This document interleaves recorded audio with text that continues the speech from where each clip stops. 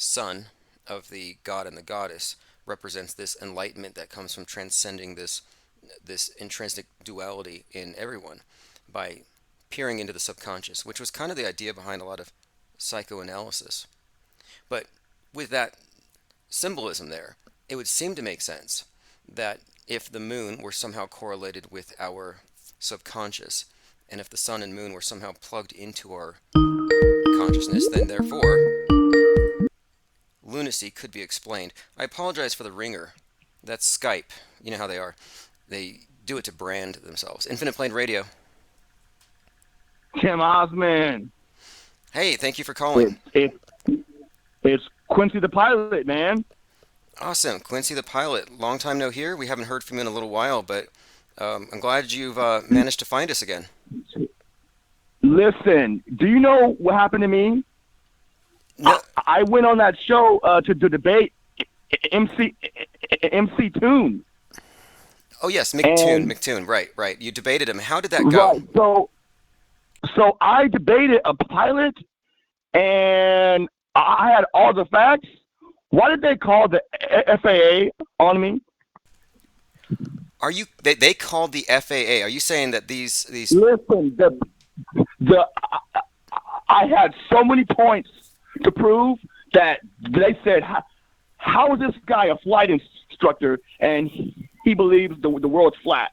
So I don't know if MC Toon is an agent or what, or maybe he just has his platform just to debate. But yeah, did they call the FAA on me? And do you know what the FAA said? What did the FAA say? They said, Quincy, you're allowed to have your own opinion as long as you teach out of the airplane flying handbook. Okay, so it's not a conflict of interest whatsoever that you're... No. Okay. So my point is, now, in the airplane flying handbook, why does it not talk about the spin of the Earth's curvature, the Coriolis force? All of those things are not in the airplane flying handbook. How convenient. I see some comments in the chat. Jay Diggs says, brave performance on McToon. Salty Siren says, I knew he was an agent, referring to McToon. Osher says, yeah, he is. Yeah, in my opinion, I think we have a strong case for this because they're not intellectually honest at any point. And no, they're not at all. Not at all. If you're honestly debating somebody, you're not going to call them names. And they're very much into personal attacks, impugning our intelligence. Exactly. It's not intelligent. That's not honest debate. To me, that's just intimidation. No, it's not. So you weren't intimidated, which is awesome because a lot of people do feel intimidated when they have 1,000 people calling them names and arguing with them, and then there you are. Well, look, you know, I do this, like I fly, and like these are questions that I have, and I'm probably the one that has really figured out this flat Earth stuff for like pilots, and I'm telling you, man, I've got it all figured out. Like just the idea that all the maps we use to fly with are flat. You know, everything about flying a plane is about a flat, motionless world. You know, and there's just no way to fly a plane around a ball. And I debated a real a pilot, and all he had to say was NASA and autopilot. It's like it's totally staged, man. Totally staged. Yes, it's a rigged debate, and I've said this for some time. It's kind of useful, but I don't envy these people who are insulated from the truth, and they defend lies or questionable assertions with such fervor that it's very cult-like. But I went on his show just to prove to myself, and mostly to the listeners here, that there are lines they won't cross. Like, for example, McToon will not address what looks to be CGI glitches and editing errors on the space station footage. They won't even talk about it. Anything with space, NASA, or I even brought up things like secret societies. He goes like, well, what do you mean? Like, really, McToon? Like, really? Yeah, you know what? And agent. they play dumb. But the fact of it is, McToon was military, and I believe the other guy, the other Fight the Flat Earth, who I made him cry. Fight the Flat Earth cried when I suggested the Challenger explosion was a psyop. But both of these individuals were military. They know about security clearances. And if you know how security clearances work, less people know more as you go higher up, and it's more compartmentalized. That is a security clearance Right, exactly. society. Secret society, security clearance society, no difference. They're playing dumb. Well. I was here to answer any questions. Okay, anybody in the chat, if you have any questions for a pilot about the shape of the world, ask away. I have a question, probably right away, which would be, have you ever perceived any discernible curvature in the clouds? Because I can see clouds No, 100 miles away, no. and you're much higher when you're in a plane. So, Well, see, do you mean like flying inside the clouds? well, no, I mean, when you're higher up and you're looking at clouds as far as your eye can see, are they just as flat Okay. as the horizon, or do you detect Well, any see, curve?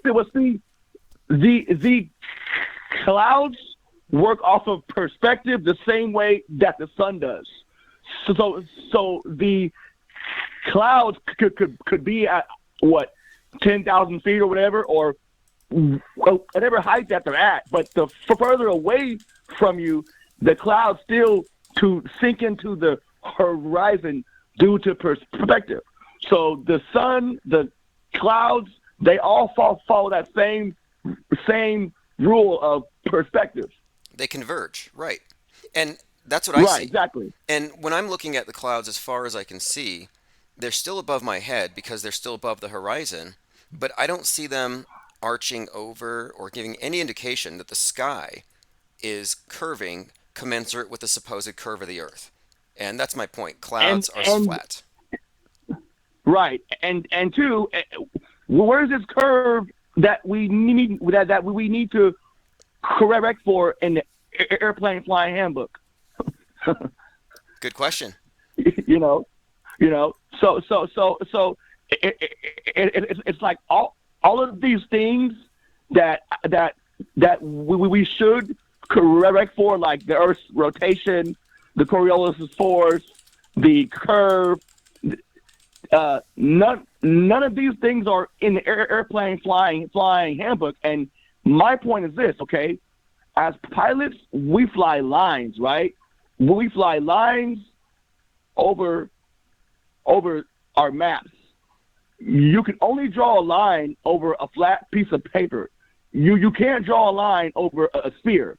A line over a sphere is an arc, and airplanes don't fly arcs. Okay, I have a question for you. Lean Dion says, Okay. is the flat earth argument that pilots would have to tilt their nose down constantly to account for curve accurate? Yes. Yes. Yes.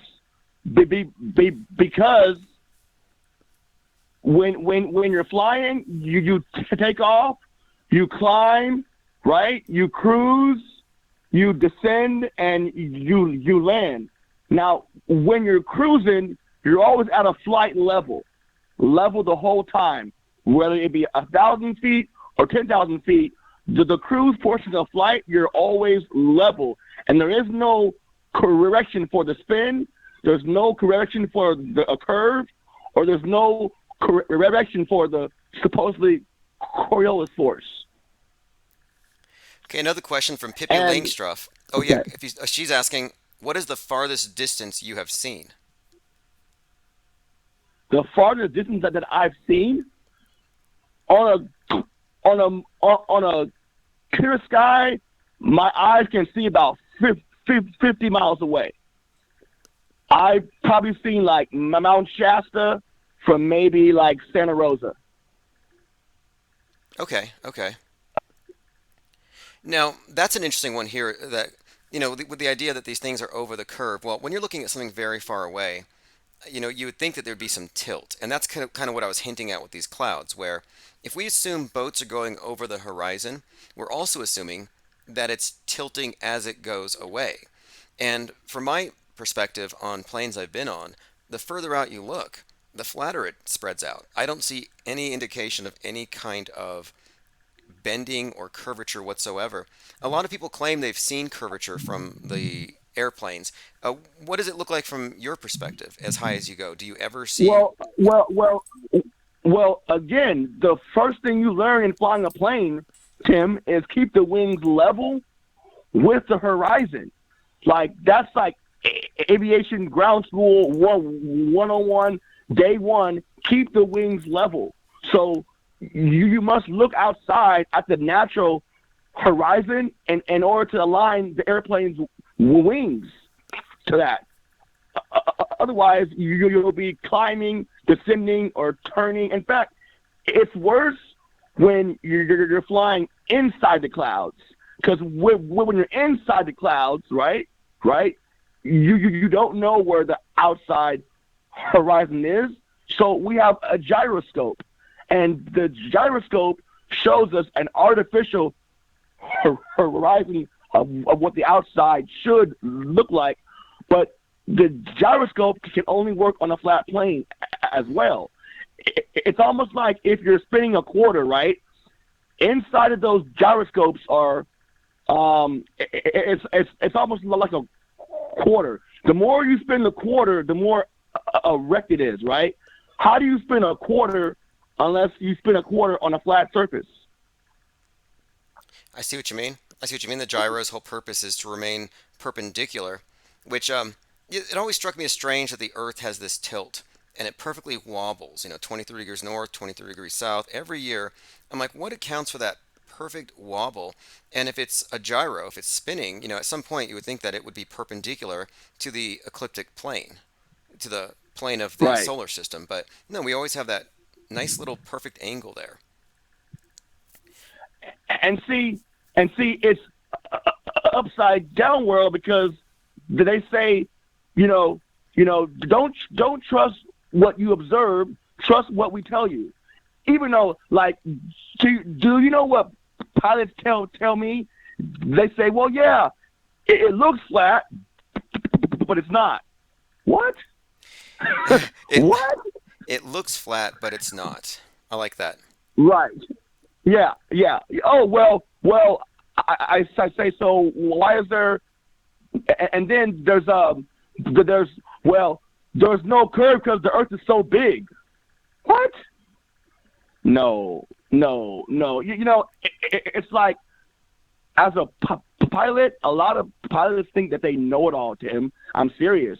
There's this thing that they think that they know it all, and my point was to make the MCC tune is that as a pilot, you're always learning. You're always learning, and when you think that you know it all, that's when you become dangerous.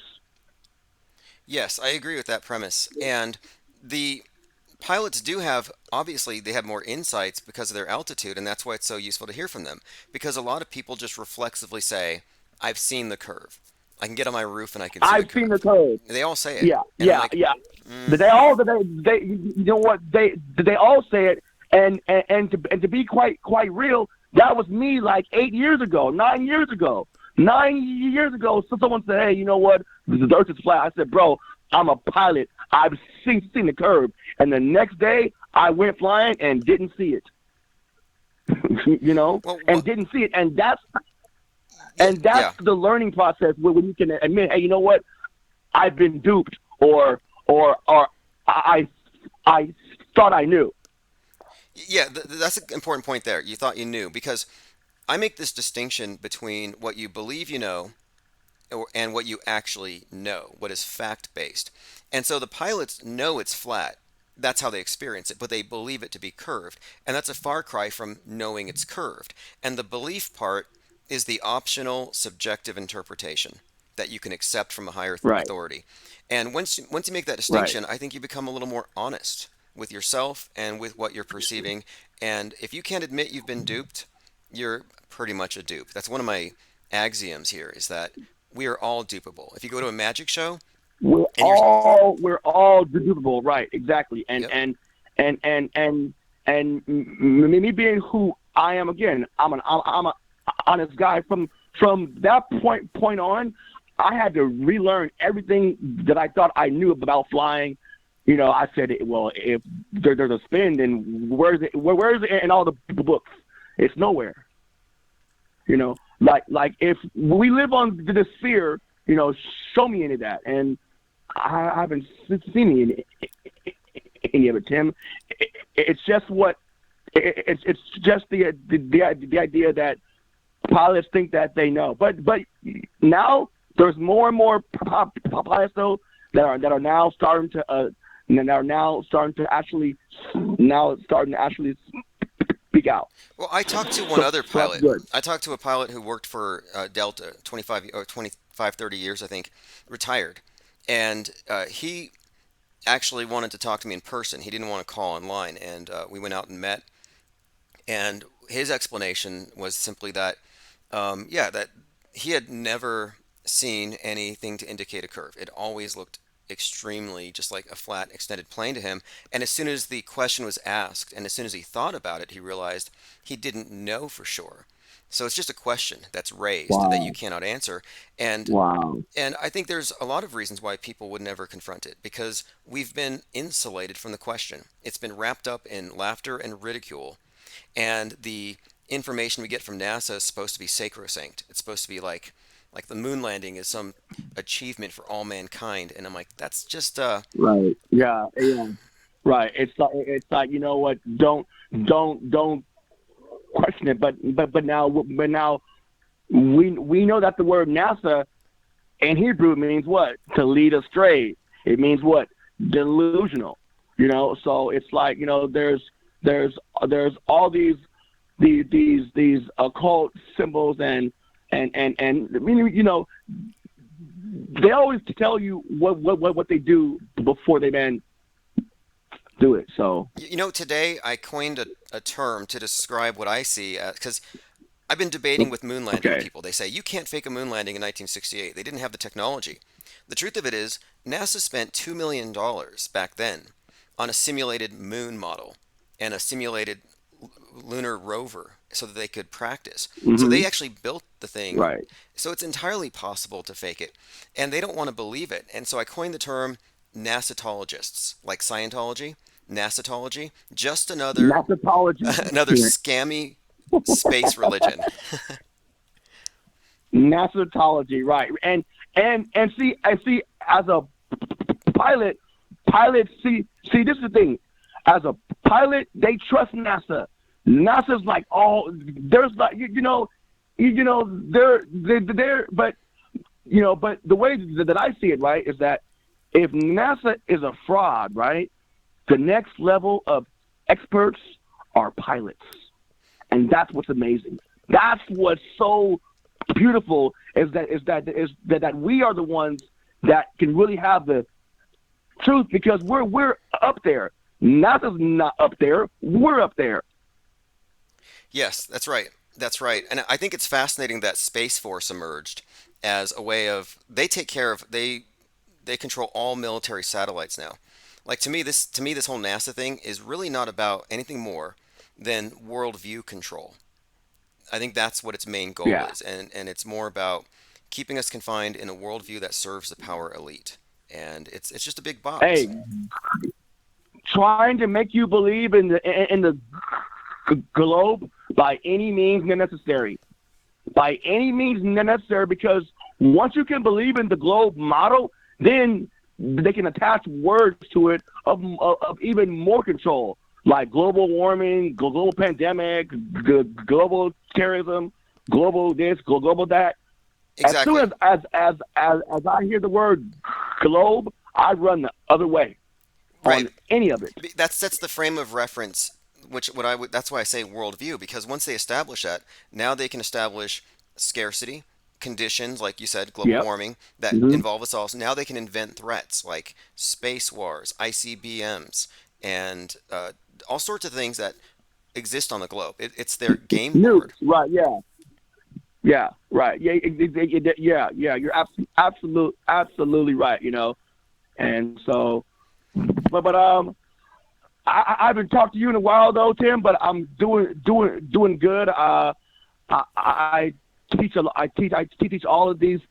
kids of flying, man. They're like 16, and I really enjoy it, man. Awesome. And I'm just out there trying to live the a dream and be informed at the exact same time. Well, before So we let you go, you at the beginning of the call, just so anyone who missed it, you debated with McToon, which takes a lot. yeah, It takes a lot to go up there and do that kind of thing. But then afterwards, somebody snitched and called the FAA on you. That shows you how threatening yeah, they are, right? yeah. No, oh, but see, they were talking about it inside the chat. In, inside the chat, they're all if this guy's a flight instructor, he shouldn't be flight instructing people. And literally like a month later, I got a call from the FAA. But it's cool because I knew the guy that had gave me a call. But it's like, damn, like why be so threatened to really try to remove me from flying? Like for real? Like is that serious? That's Like malicious. That's malicious, and it shows you where they're at. I exactly mean, come on. right. This to me is a very philosophical conversation, and it's really shouldn't be all that threatening unless they got something to hide and they have their minions out there trying to intimidate people. Exactly. Right. Because I had so many points. I mean, like just the idea that like Tim. To me, I feel like the sun is close to us, right? Because of shadows, right? And shadows come from close light sources. And I was trying to tell him that there's no way to have a far away shadow and a close light source. I'm sorry, a close shadow and a far away source of light. So every shadow has a close light, and so when you look at any light or even the sun, when you can see the light source, you can see the shadow, and that was the point that I was trying to make. I mean, like Yes. I've thought this whole thing out, Tim. This whole thing out, and I think that where I want to go is to make my book. I want to call it Flat Earth for Pilots. That would be something. Honestly, I think that'd be something. And yeah, continue to call in. We have a new headquarters here in Albuquerque. I got an office space, and we have Okay. some. Actually, we have a media crew from a newspaper in Europe coming down on Monday to do a story on the IPS think tank because we've been at this for years. And so I'm happy that you're a part of our think tank, and you definitely keep us apprised of what's going on and any future debates that you do. We definitely appreciate the insights for this, and a lot of people in the chat actually listened to it. And X322 says they were the Globe Karens that called and snitched on you. Oh, but it's like, dude, it's like, wow, like, like, like, are we trying to debate and find truth, or are we just trying to attack everybody? And me, you know what? That's not me who I am. Like, I'm really helpful. Like I try to teach because I teach flying. So part of being a flight instructor is they say not everybody is going to learn about flying a plane, but maybe you can teach your student something that can better their life, because learning is defined as a change in behavior based on experience. So that's all that I'm trying to do is get students to have some sort of behavior change that can allow them to think more critically and be more self confident. Right, right. Well, that's the sense I got. I mean, I think that this is a very philosophical conversation. I don't harbor any ill will, even if they are agents or shills or whatever. I'm just interested in knowing what is true, and I like conversing about it. Right. And it's just, Yeah. we have to deal with the fact that the opposition to the truth plays dirty with their rhetoric and their Plays tactics. very dirty. That's very that's very dirty. Did they call the FAA? Did they call the school I was at? I had to talk to my boss. Like it was a really big deal. It was a really big deal. But so hey, you got through it just fine, so and I'm glad that you're I here. got through just fine, and now I'm here, and I'm gonna keep on going, Tim. Awesome, So awesome. Well, hey, thank you for calling, and all the commenters here definitely appreciate it, and we'll definitely talk soon. Have a great evening. we will talk soon, Tim. Awesome. All right. All right, that is Quincy the pilot. He is a flight instructor, and he's always calling in with some intriguing information. If we had more time with him, he had talked about someone had mentioned something suggestive of high altitude balloons possibly being satelloons at a certain level you don't go to. I'll have to go back to my previous calls. Yes, globe Karens, oblate spheroid snitches, Glarins. I went ahead and I debated these individuals, and Fight the Flat Earth cried when I said I didn't believe the Challenger explosion was real, that it was a psyop to make people care about space again because nobody had cared at that point. It happened to be on the 19th anniversary of Apollo 1, happened to be the anniversary of Sir Francis Drake sinking, and Ronald Reagan brought these things up and said maybe people just didn't care anymore and this had to happen. I mean, he guilt tripped everybody. It was a big psyop. Cry for the astronauts. That's why they killed a teacher, so that students could cry. Because you watched it live, but you didn't because it wasn't live. They rebroadcast it, and you got a taped version, so they traumatized you on purpose. But the other one, McToon, I tricked McToon. I said, hey, McToon, real or fake? This is an ISS transiting in front of Saturn. He says, yeah, it's real. I'm like, nope. This was the NASA astronomy photo of the day, and it was debunked. It was a hoax, but you fell for it.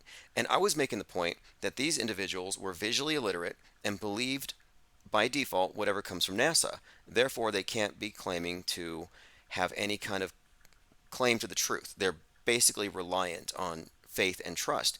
And when I would point out glitches, like for example, I said, what is that dot? To Red's rhetoric, I said, what is that shadow doing beneath the space station? You realize a space station, 185, 200 miles above the Earth, shouldn't have a shadow on the Earth. And the shadow on the Earth, according to the ISS quote footage, was a black dot, about the size of a city. It was a concentrated black dot.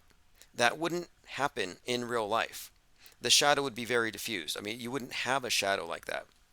But in a computer simulation, an overzealous computer animator might put that in there as a nice little flourish. Let me embellish this a little bit. But it shouldn't exist.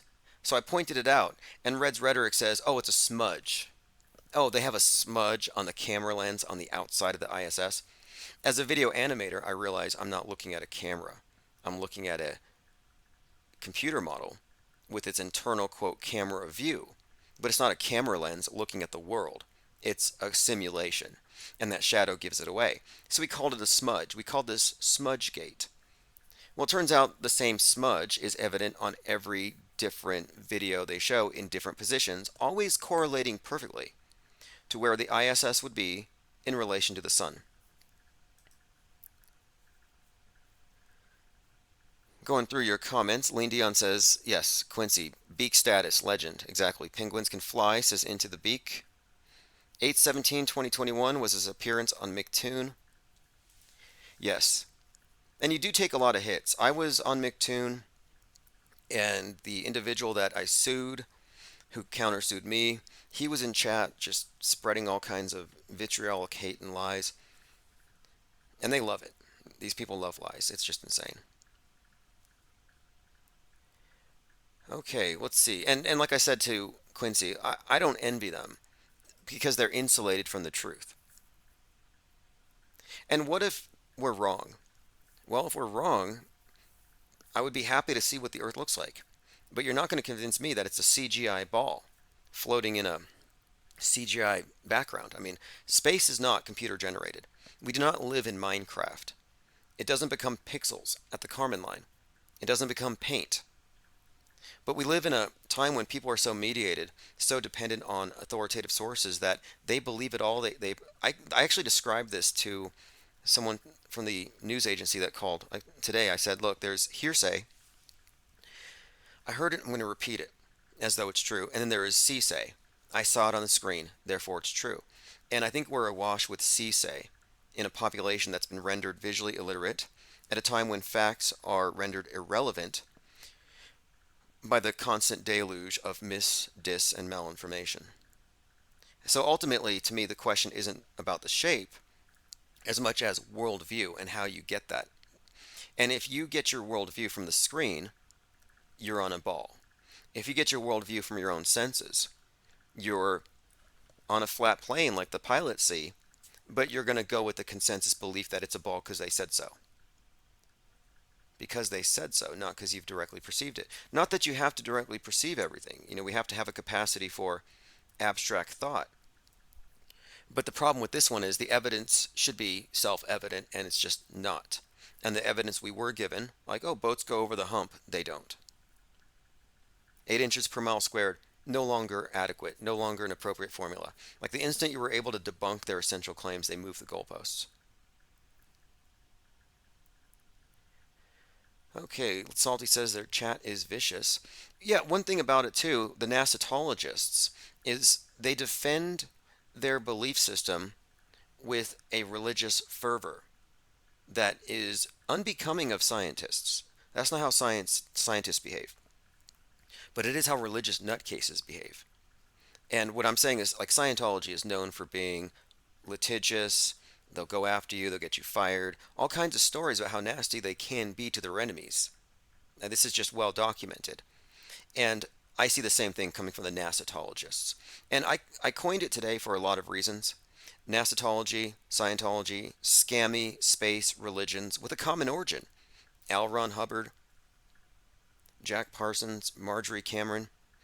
Fascinating confluence of events and people at the very beginning of this modern world paradigm. But ultimately, as I alluded to with the caller, I believe NASA's purpose isn't to take us to some distant paradise, but its purpose is worldview control. It's worldview warfare. And space is a metaphor for your mind, inside your mind, your inner space. And right now they're working on convincing you there's too much space junk. So they need to regulate the outer space. They need to unify us all on the same sheet so we don't go up into space as capitalists, just as they want us to unify on the need to purify our cyberspace. So space wars is really the thing going on right now, but it's the internal wars. It's the cyberspace wars. It's the mind space wars. And it always has been. Remember, in 2020, they vaccinated the astronauts on a mission called Celestial Immunity. And while they're getting their jabs, the space station's arm gets jabbed by a piece of space junk. So that right there was just kind of showing you allegorically what they're doing to all of us, or what we have to do, what we have to agree to. They make these fascinating correlations between inner space, outer space, between orbit and your circulation, and the need to clear orbit up of junk, and the need to clear our circulation of mind junk. And this is why Elon Musk, Pope Elon, one of the main, I guess, leaders in our move into becoming multiplanetary, that's why he's associated with Twitter. Why would a guy whose job is to get us to Mars be associated with outer space? Why would that be a secondary interest? Well, it's because it's a it's a job that requires a simultaneous addressing of both our inner space and the quote outer space, that they're actually trying to get us to agree to both. We must unify to move on, and under the guise, of course, of purifying the internet or keeping us safe from mind viruses, they're going to lock it down. I think that's the objective ultimately. But there's too many correlations between outer space and inner space to be coincidence. And ultimately, I think what we're seeing is outer space is just an allegory. It's a Masonic allegory. Space travel is allegory for higher states of consciousness. They aren't taking you anywhere. R. Cook says, crowded orbits are the opposite of reality.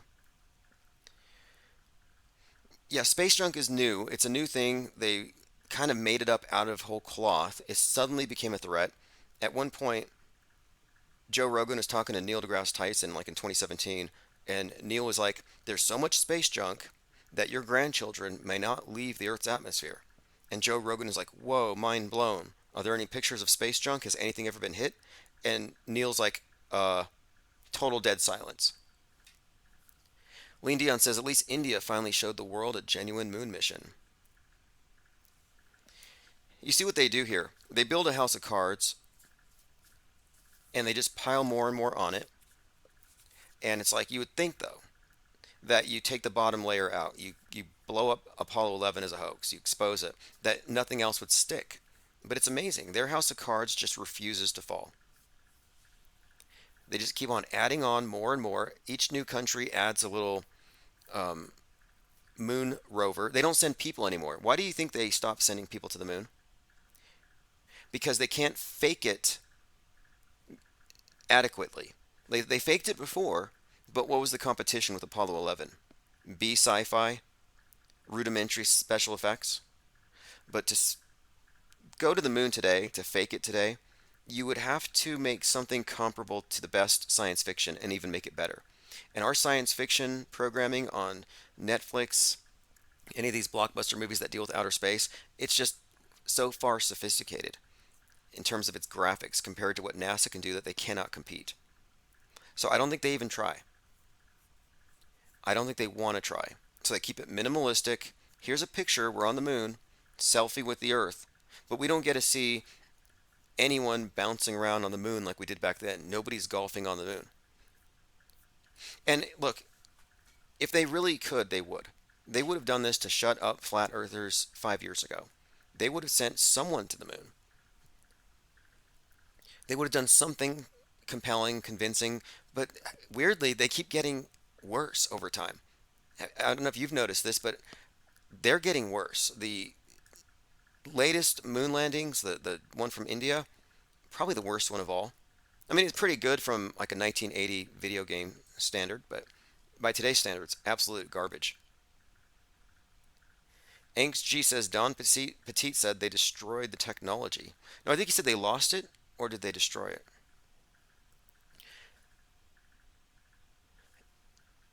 Elephant Tusk says dinosaurs on the moon.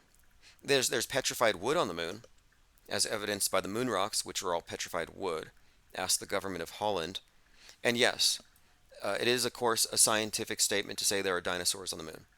And that's because the big rock that hit the Earth 66.6 million years ago, a big chunk of rock the size of Mount Everest, blew such a hole through our atmosphere that it actually created a direct vacuum or puncture hole through the atmosphere. It basically poked a hole into space, like an ozone hole opening, but much bigger. And it sucked a lot of biomatter out into space like a super soaker.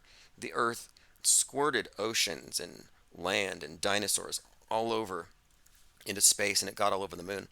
So the moon's covered in dinosaurs, dinosaur bones, and there's probably a dinosaur belt just waiting for some T-Rex skull to puncture the space station. X322 says they recorded over the moon tapes with 9/11 footage. Well, same director. Every indication is that Stanley Kubrick directed JFK's assassination, 9/11, COVID-19, and I kind of think he directed the Challenger explosion. I can't prove it. I think he directed the LA riots. And when I say he, I mean the department that he was a part of. I think Kubrick was a part of NASA. And I think that makes perfect sense, especially when you look at what Lee Harvey Oswald was on about before the shooting. Before he shot JFK, he was writing to his girlfriend that he was going to go work for NASA along with everybody else at Riley's Coffee Company. And everyone at Riley's Coffee Company was sought after following the assassination. They're like, what are the co-workers of the assassin saying about this? Hey, they had all gone off to go work at NASA or adjacent to NASA. And he thought he was too. And I'm saying that, yeah, he did. Lee Harvey Oswald was working for NASA. They said, sorry, you're not going to the moon. You're not going to space. You're going to be in our assassination PSYOP department. And you'll be working with Kubrick. He's directing the moon landing. And you're going to just appear here in Dallas. And you're going to be this patsy. You're going to die on TV. Really convenient. Boom. Who knows what happened to him? I mean, he does look conspicuously like Ron Paul, but All right, I think we've covered quite a lot of ground today overall. I wish I had more time, but I'm glad I caught a call from Quincy. It's been a while since we've spoken. We hadn't talked since before. In fact, I think I'm the one who put him in touch with McToon. And it was great to hear after. I did not know that someone tried to sabotage him, which is just insane, but it's par for the course. It's very on brand for the NASAtologists. These cultists, these space cadets are known for playing dirty like that. We'll be live again tomorrow. Sign up for the archives at infiniteplanesociety.com or infiniteplane.live. I'll be sending those out shortly. This is One-Eyed Jack and the Shells. A lot of interesting things are going to be happening in the next week or so. Before I go, one more thing. If you're in Arizona, California, or close to New Mexico, and you're interested in being interviewed by this newspaper that's coming to do a story on the IPS, let me know. Just email me, infiniteplanesociety@gmail, or go to the Discord or the Gilded, because they want to talk to some other people who are of similar opinions regarding these matters. So again, it's going to be on 9/4/2023, IPS headquarters. We're going to have our first meetup, and there will be some MSM present. And I said this from the very beginning. The whole purpose of Infinite Plane Radio and going into print is that we're not trying to be excluded, but we're going to try to interact. That we're not anti-media, but we are a parallel media. Anyway, thanks for joining, everyone. This is One-Eyed Jack and the Shells, Pope Elon. I mean, we're all going to die someday. And if you're going to pick some place to die, then why not Mars? Okay. You know, if we're born on Earth, why not die on Mars?